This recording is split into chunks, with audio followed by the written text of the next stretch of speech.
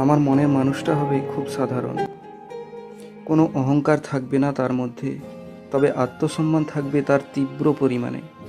বেকার হলেও চলবে, তবে সে যেন শিক্ষিত হয়। মানে পড়াশোনা থাকবে তার অনেকটা, মাসে সামান্য পরিমাণের বেতন থাকবে, এরকম একটা চাকরি থাকলেই হবে।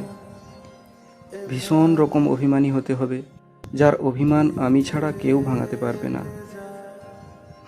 অতীতে কোনো এক প্রেমিকা থাকতে হবে, যার কথা বলবে আমাকে সে আমার কোলে মাথা রেখে, আর আমি তার মাথায় হাত বুলিয়ে দেব, তার ওই কালো রঙের চুলের মধ্যে হাত ঢুকিয়ে। তার দিন শুরু হবে আমার কপালে একটা চুমু খেয়ে, কাজে যাবে সকালে আমার হাতের খাবার খেয়ে।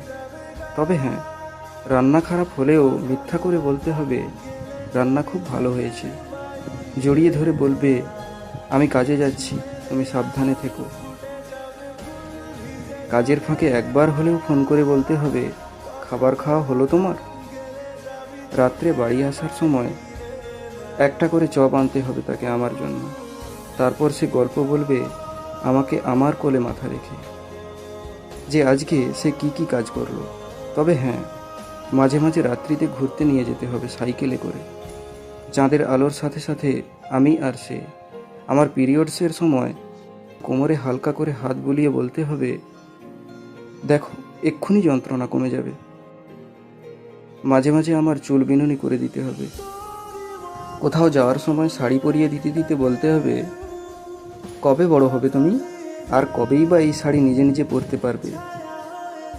তার কাজের ছুটির দিনে মাঝে মাঝে ডাল ভাত রান্না করে খাওয়াতে হবে নিজের হাতে করে। মাসের শেষে বেতন পেয়ে নিয়ে আসতে হবে অতি সস্তা দামের একখানা সুতির কাপড়। রাস্তা পার হওয়ার সময় হাতটা ধরে বলবে, কবে বড় হবে তুমি। যে আমাকে পেয়ে বলবে, তুমিই আমার সব কিছু। এমন একজন আমার জীবনে আসুক, যে কোনো পরিস্থিতিতে আমাকে ছেড়ে যাবে না। সঠিক মানুষটা নাকি দেরিতে আসে, দেরিতে আসুক, আমি তার অপেক্ষায় রইলাম।